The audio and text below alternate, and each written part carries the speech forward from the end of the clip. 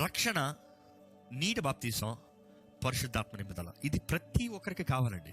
మనం ఈ లోకంలో ఎవరైనా వెంబడించాలంటే మనం ముఖ్యంగా వెంబడించగలిగింది యేసు ప్రభునే. It is the best example. నన్ను వెంబడించండి అని చెప్పింది యేసు మాత్రమే. యేసును వెంబడించాలి మనం. యేసు అడుగుజాడలను వెంబడించాలి. ఎవరు జీవించాలన్నా, ఎవరిని వెంబడించాలన్నా, again coming back into the way of Jesus Christ. So రక్షణ మార్గం రావాలంటే మరలా యేసు మార్గంలోకి రావాల్సిందే, మీరు దారి లేదు. సో మనం చూస్తాము రక్షణ, నీటి బాప్తీసం, పరిశుద్ధాత్మ నింపుదల. ఎందుకు ఈ మాట చెప్పారంటే, యేసు ప్రభుని మనం చూసి వెంబడించాలి. యేసు ప్రభు తగినట్టుగా మనం యేసు ప్రభుని జీవించినట్టుగా జీవించాలి. యేసు ప్రభు రక్షణ పొందాడా? పొందలేదు. ఎందుకని? యేసు ప్రభుకి రక్షణ అవసరము లేదు. రక్షణ ఎవరు పొందాలి? ఎవరు తిరిగి జన్మించాలి? ఇది ఇంకా సింప్లిఫై చేసి మాట్లాడాలంటే, ఎవరు తిరిగి జన్మించాలి?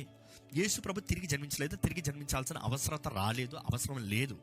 కానీ ప్రతి మానవుడు తిరిగి జన్మించాలి. ఎందుకంటే యేసు ప్రభు జననమే అది మానవ బీజం కాదండి. It is not a seed of man. If it was a seed of man, it is no use to believe in Christ.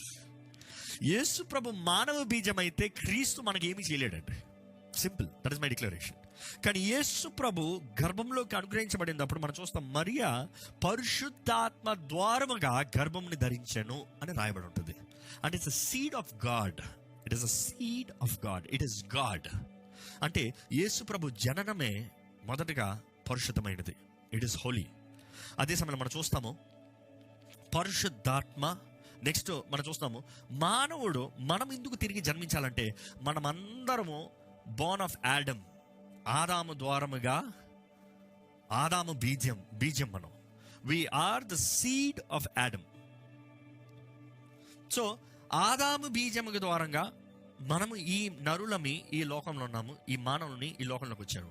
So we need to understand we are all the seed of Adam. So మానవ బీజం కాబట్టి ఆదాము ద్వారముగా ఈ లోకంలోకి పాపము ప్రవేశించింది. ఆదాము ద్వారంగా ఈ లోకంలోకి పాపము అనుగ్రహించబడింది. సో ఆదాము ద్వారముగా జన్మించిన మనమందరమే జన్మించిన ప్రతి ఒక్క మానవుడు పాపే. పాపపు కార్యాలు చేసినా చేయకపోయినా, ఎంత మంచిగా జీవించకపోయినా మానవులందరూ పాపులే. కానీ మనం అర్థం చేసుకోవాలండి, యేసు ప్రభు తిరిగి జన్మించాల్సిన అవసరత రాలేదు. కానీ ఆయన నీళ్ళ బాప్తీసం తీసుకున్నాడు, నీటితో బాప్తీసం తీసుకున్నాడు. యేసు ప్రభువే నీటి బాప్తీసం తీసుకోవాల్సిన అవసరత వస్తే మనకు అవసరత లేదా? చాలామంది అడుగుతారు, బాప్తీసం తీసుకోవాల్సిన అవసరత ఉందా? బాప్తీసం తీసుకోకుండా బ్రతకచ్చు కదా, జస్ట్ యేసు ప్రభు దేవుడు అని నమ్ముతాం చాలు కదా. నేను ఎప్పుడు ఆ మాటకి చెప్తూనే ఉంటాను, దెయ్యాలు కూడా నమ్ముతుంది యేసు ప్రభు దేవుడు అని. మనం బైబిల్లో చూస్తాము. It is all everywhere. మీరు బైబిల్లో